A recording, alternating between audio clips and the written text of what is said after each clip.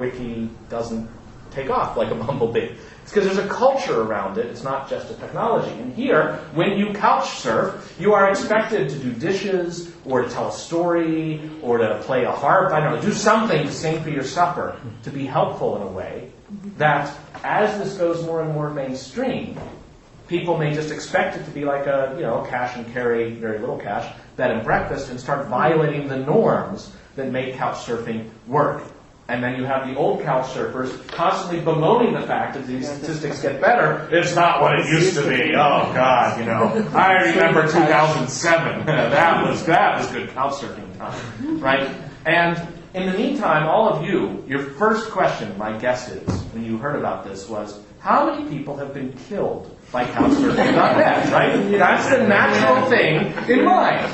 And at some point, someone will be. And then the news, which will have had a cycle or two of couchsurfing.net, it's great, free place to stay, will then be couchsurfing.net. How high must the toll rise before government steps in? And that kind of cycle, I say, is something very closely tied to all generative technologies as their very success puts them into the mainstream doesn't understand the corresponding culture, and problems arise. And I want to now drop back from the social layer and tell you that story at the layers we've been talking about, on the technologies and protocols of the internet and the PCs themselves. Because I say we are now exactly at that moment of popularity, such that we are about to move from generative back to sterile again. And here's another example to get us into it.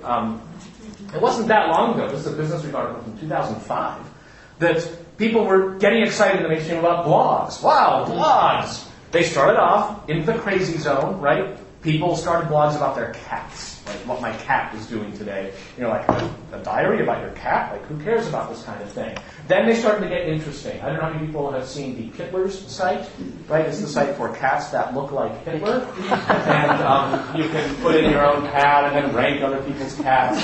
Here are some of the top things. Can I just say that this one, I don't know why it's number 4. That's clearly like number 1 Hitler in my book. And then it starts to get into political sites and, things that could turn an election or start a story that the mainstream media has overlooked.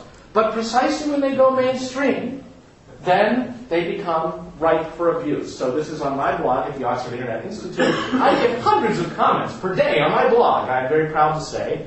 I'm less proud to say that all of them, except maybe one, if like Dahi leaves a comment, he'll be the exception. But otherwise, you'll notice Ambien, alprazolam.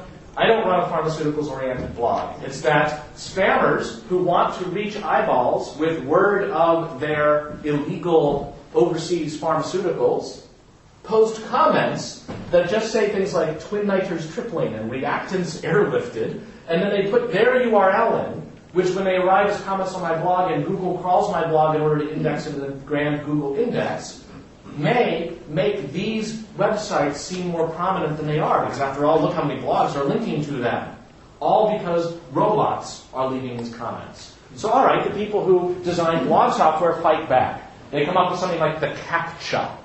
So they take a random string, they make it green and squishy. That makes it hard for other computers to read it. And then, before you can leave a blog comment, at least be a human. Right? We don't have many standards on my blog, but I want you to be a person if you're going to leave a comment. And if that's discrimination, fine. It's discrimination. Sue me. So that works for a while. But then the fact that the network is so generative and hooks up so many people in so many different configurations means that the spammers can start CAPTCHA sweatshops distributed around the world and pay people to solve CAPTCHAs all day long. So the spammy comments can be left. You just pay them by the hour to solve CAPTCHAs. But even that has a little bit of friction to it. So they get an even better idea, which is they start setting up websites and distributing software that has free pornography. So you start a website with free pornography, immediately visitors apparate and start viewing stuff, right? It's a fascinating phenomenon. They say, great, we're happy to show you the pictures, and they are, but before you look at the pictures, type in the word that you see. Where do they get the word that the person sees? They're on my blog staring at the image that they don't know what it is. They grab the image, they come over to their site with the free porn, put up the image, people type in the answer, they take the answer, race it back over to my blog, plug it in, and leave the spammy comment. Everybody's happy. Right? This is, if there were a Nobel Prize for evil, I think this would be a strong runner-up. I know that there's more serious evil in the world, but this is genius. So you start to see an arms race of sorts, that as you make technologies that have with them associated cultural components that depend on goodwill and openness to function, whether it's couch surfing, whether it's blogs, or whether it's PC and internet technology, particularly the generative part that says NEEXE, plug it in, I will run it. You then get to the stage where it becomes profitable to abuse it.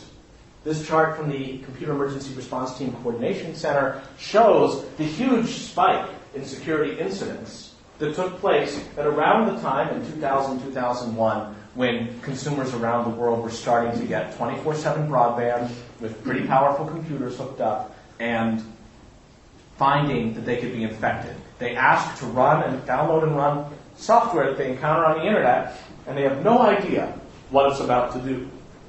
It turns out that on today's machines, there's huge piles of code running on them at any given instant, and we don't know what it does. Any one of these pieces of software, right? Peekaboo looks particularly suspicious.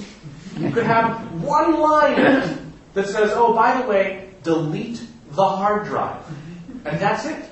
The hard drive's deleted. And you'll never even know whom to blame among the stack of code you have running on your machine. It's just like inviting a ton of people into a conference without a checklist.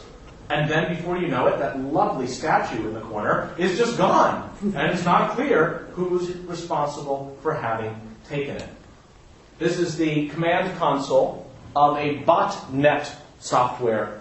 So if you are the evildoer and you're wanting to direct a number of PCs, say, to attack somebody you don't like, this is the software you would run. You'd select your bots. You'd say when the start and stop time of the attack should be, who you're going to attack, and click Save.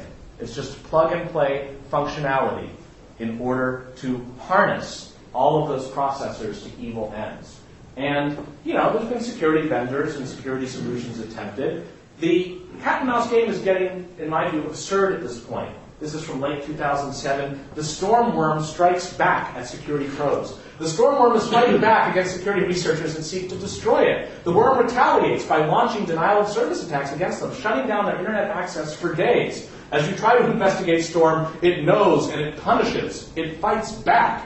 As a result, researchers who managed to glean facts about the worm are reluctant to publish their findings. They're afraid. I've never seen this before.